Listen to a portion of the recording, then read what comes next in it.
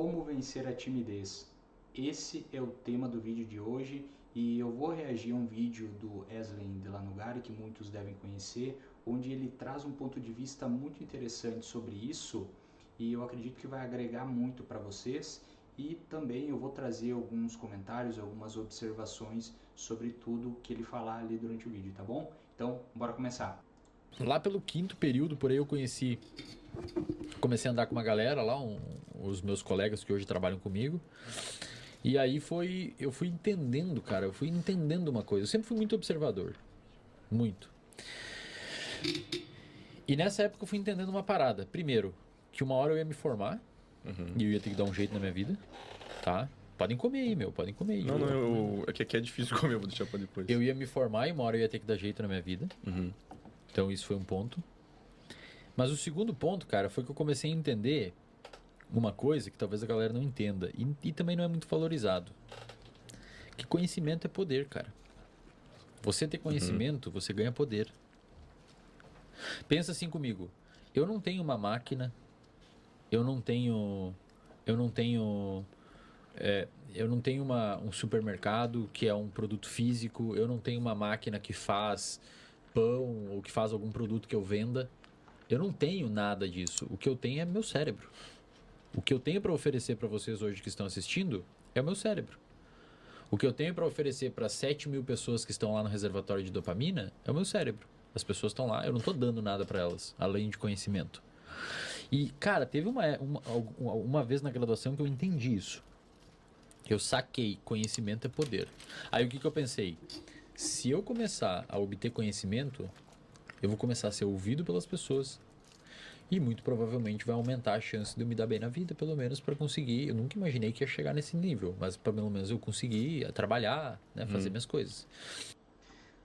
Uma observação sobre isso, esse ponto que ele trouxe é muito interessante, porque eu vivi isso na minha vida, tá? No passado, o meu nível de timidez era tão grande que eu travava, eu gaguejava, eu ficava extremamente nervoso para falar com pessoas da minha família. Vô, pai, mãe, olha o nível que era. Pessoas que teoricamente tu se sente mais à vontade para estar conversando. E eu me sentia desconfortável, para você ver o nível da timidez. Hoje em dia eu não tenho mais esse problema e inclusive hoje no meu trabalho eu me relaciono, atendo e converso com pessoas extremamente bem-sucedidas. Pessoas donas de empresas que atuam a nível Brasil, empresas multinacionais, ex-presidente de empresa como Samsung, Claro, Disney. Então, se hoje eu consigo fazer, é porque conforme os anos foram passando, eu fui adquirindo uma série de conhecimentos que fizeram com que eu me sentisse mais seguro em situações que eu preciso passar no meu dia a dia. Então, realmente, o conhecimento, você adquirir conhecimento, ajuda muito a reduzir o teu nível de timidez, porque quanto maior o conhecimento, mais confiança você tem. Quanto mais confiança você tem, mais a sua timidez vai reduzindo. Então, isso sim tem um peso muito grande. Então eu comecei a estudar. Resolvi começar a estudar. E aí eu comecei a estudar e comecei a apresentar. Eu lembro que eu apresentei um trabalho para um professor que, cara, foi...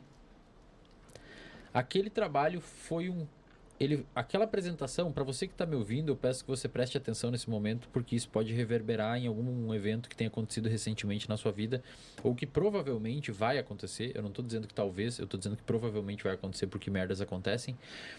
Aquele evento, aquele trabalho que eu apresentei, poderia reverberar na não existência do Eslen que vocês conhecem hoje. Por quê? Porque era um trabalho que tinha que apresentar sobre um capítulo do DSM, que é o Manual Diagnóstico Estatístico em Transtornos Mentais. E era um capítulo que eu tinha que apresentar sobre transtorno do pânico, que é um tipo de transtorno de ansiedade. E, cara, eu nunca consegui falar em público. Eu nunca consegui conversar. Pra você ter noção, eu não conseguia perguntar na aula. Eu não conseguia levantar a mão e fazer uma pergunta pro professor. É sério, velho. Porque eu tinha medo que a pergunta ia ser ruim, que as pessoas iam dar risada, que o professor não ia entender.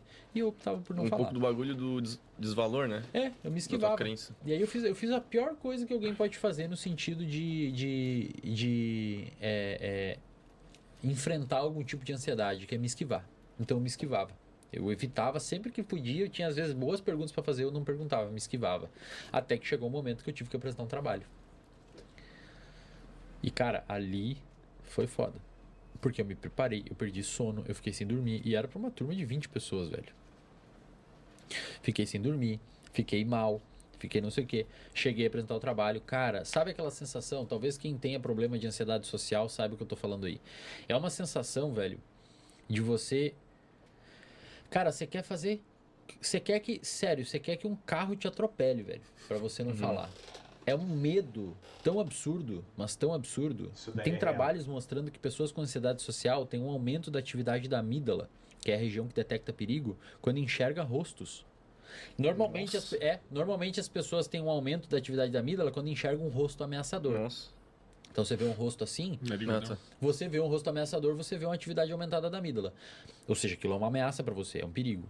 A pessoa com ansiedade social aumenta a atividade da amígdala qualquer rosto. Em outras palavras, qualquer rosto para ela é ameaçador. O Caramba. cara tá sempre se esquivando. Nossa, Tá velho, deve ser horrível. É foda, pô. cara. Mas aí, o que eu fiz?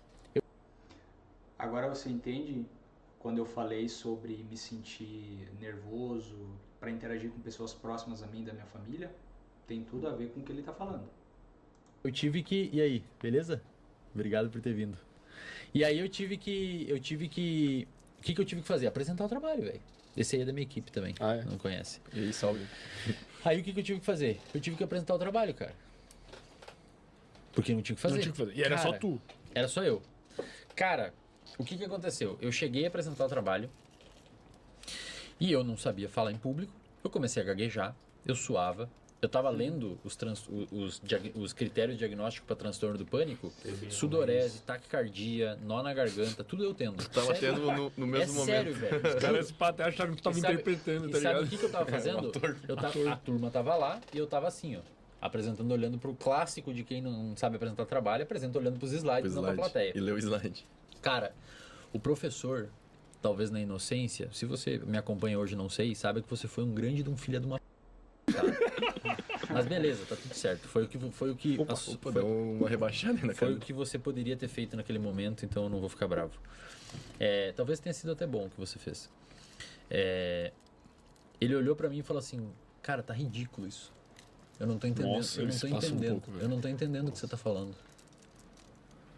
Uhum. Não dá. Primeiro, olha pra plateia, não olha pro slide. E cara, eu tava num momento ali, velho, que eu tava totalmente vulnerável. Totalmente vulnerável. Imagina. Ali não era o momento de fazer aquilo. Ele podia pegar depois, tipo, ele podia ter tido a sensibilidade de Ter dado perceber feedback que... e tal, cara, não é assim, faz assim. Pô, é graduação, né, velho? Se é no mestrado ou doutorado, beleza, dá uma sim. puxada, mas, pô, na graduação. Aí, enfim, aí eu saí da apresentação e o João, que é um amigo que trabalha comigo hoje, a galera conhece, que sempre foi um bom comunicador, ele falou assim: meu, tem que melhorar isso aí, cara. A gente dividia apartamento na época. Hoje ele trabalha comigo na clínica e é meu sócio num outro projeto que a gente tá fazendo de uma clínica paralela. Então, olha, eu sempre trago as pessoas pra próxima a mim, que me ajudaram pra caralho. Isso é uma coisa que eu valorizo pra caralho, cara. Então o João me falou assim: cara, você tem que melhorar isso aí, velho. Você não vai conseguir as coisas na vida se você não melhorar a sua parte comunicativa. E ele me falou uma coisa. Pessoal, isso que ele acabou de falar é fato. Se você não conseguir ter uma boa comunicação, uma boa oratória, a chance de ser bem sucedido é mínima. Você teria que dar muita sorte para que isso aconteça. Talvez ele não lembre, mas ele me falou uma coisa E eu não recomendo que você dependa de sorte para alcançar as coisas na tua vida. Geralmente não dá certo.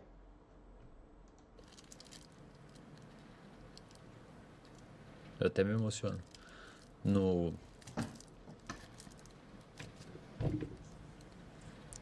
Na parada de ônibus, ele falou assim: cara,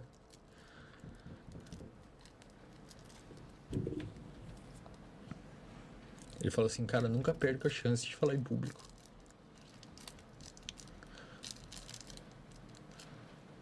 Ele falou: sempre que você puder, fala em público. Porque isso vai ser a melhor coisa que você pode fazer na sua vida.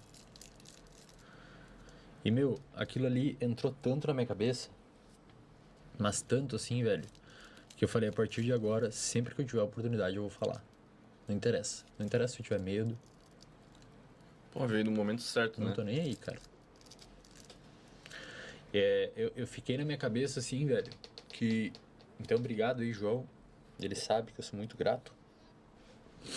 Inclusive, ele foi o primeiro que se beneficiou de tudo que eu tenho hoje, tudo que eu consegui. É a primeira pessoa que eu ajudo sempre, do ponto de vista de trabalhar comigo. Até antes de eu ter clínica formalizada, eu direcionava o paciente para ele. E depois daquilo, cara, eu comecei a encarar falar em público como uma obrigação, sabe? E falar em público, eu digo em vários níveis. Lá dentro do reservatório de dopamina, tem um vídeo que eu coloquei lá de como falar em público e a importância disso, que eu conto essa história e explico como as pessoas começaram a falar em público. E é em vários níveis, cara. Você tem que falar em público, tipo assim, quando você for ao mercado. Uhum. E se você tem um pouco de ansiedade social, meu, se você for ao mercado, Já é fala difícil, com o atendente, cara. Dá um bom dia. Dá um bom dia pro pro porteiro. Isso é um limiar que inicialmente pode não ser tão complicado, mas é importante você ir quebrando. Mano, mas é bizarro, tipo, te ver aqui, pensar que tem milhares de pessoas assistindo e depois vai ter milhões vendo e tu se expressa muito bem hoje em Cara, dia. eu não Tu sabia falar em público, cara. Mas É é por isso que eu bizarro, falo para as pô. pessoas. O seu comportamento, ele é moldável. Você consegue aprender determinadas coisas. E essa parte de falar em público foi uma coisa que eu falei assim, eu não vou mais passar por aquilo que eu passei. Eu não vou mais passar por aquilo que eu passei. Eu vou aprender a fazer isso, eu vou começar. Aí sempre que surgiu, eu fui no DCE da universidade, que o pessoal não gostava muito de mim, mas tá bom. Não tinha uma fama muito boa no DCE. Aí o pessoal, eu falei assim, por favor, quando vir alguma empresa aqui chamar aluno de psicologia para fazer palestra voluntária, pode dar meu nome. E começou a pipocar. Então eu dei uma palestra numa empresa, dei palestra para 20 pessoas, 5 pessoas, 8 pessoas, e eu comecei em todas, cara. Garganta trancando, quase tendo uma crise de pânico, ficava sem dormir uma semana, mas velho, eu ia em todas. Cara, Falou, eu vou fazer essa merda. pegou teu ponto fraco Eu e... vou quebrar ele no meio, velho. Eu vou fazer essa bosta acontecer e eu não quero saber. Isso não existe pra mim. Eu não vou ficar nessa merda aqui de não conseguir conversar com a pessoa porque eu tenho medo de falar. E aí eu comecei. Eu lembro que eu fui dar uma palestra num lugar lá que tinha uma Coca-Cola lá, não sei se tem ainda. Que era uma fábrica lá que girava lá da Coca-Cola. E eles me chamaram pra dar palestra. E era pra galera chão de fábrica, sabe? Que tinha... Como? Galera chão de fábrica. Chão de fábrica. É, tipo, o cara que Tá, trabalha o na produção, peão. dirige o Sim, carrinho entendi. e tal.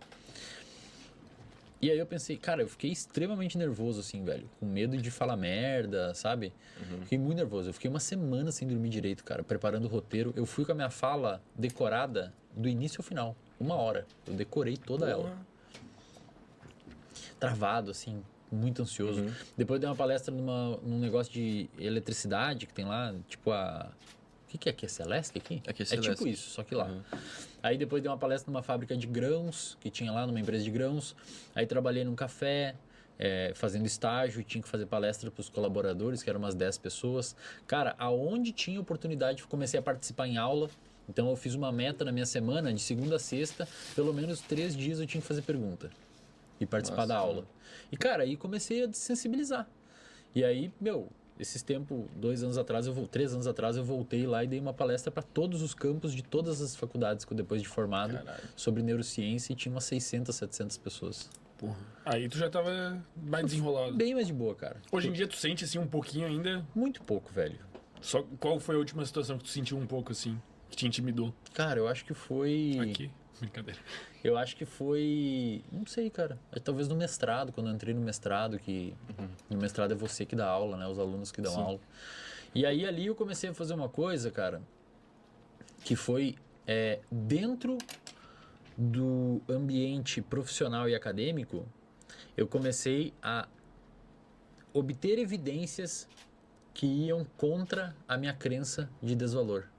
e de insucesso e de fracasso. O que seriam essas evidências? Eu comecei a perceber que eu conseguia.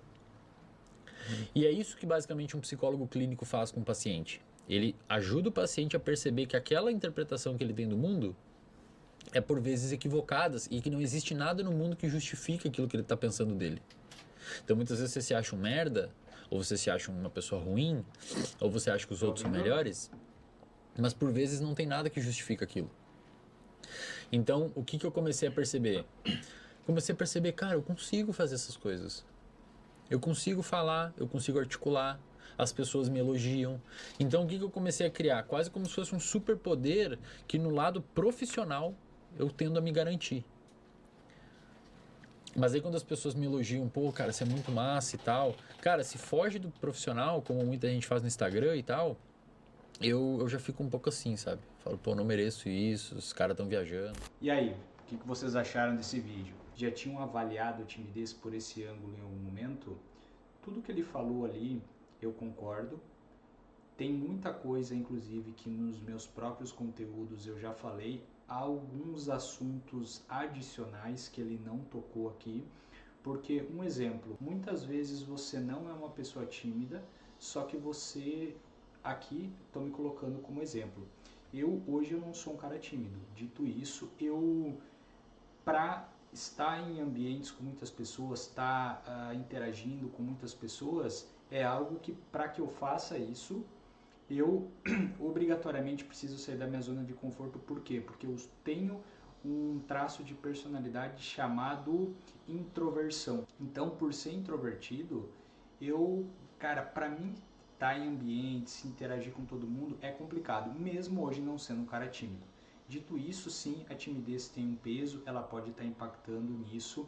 Daí é interessante, inclusive, que você procure entender melhor, conhecer sua personalidade, porque a partir daí você vai conseguir ser muito mais assertivo nas ações que são necessárias fazer para que seja possível corrigir tudo isso e para que você consiga evoluir como pessoa e também fazer a tua vida acelerar e alcançar os teus objetivos. Ok? Então agradeço pela atenção, por ter ficado aí até o final do vídeo e se gostou deixa o like, se inscreve no canal e até a próxima.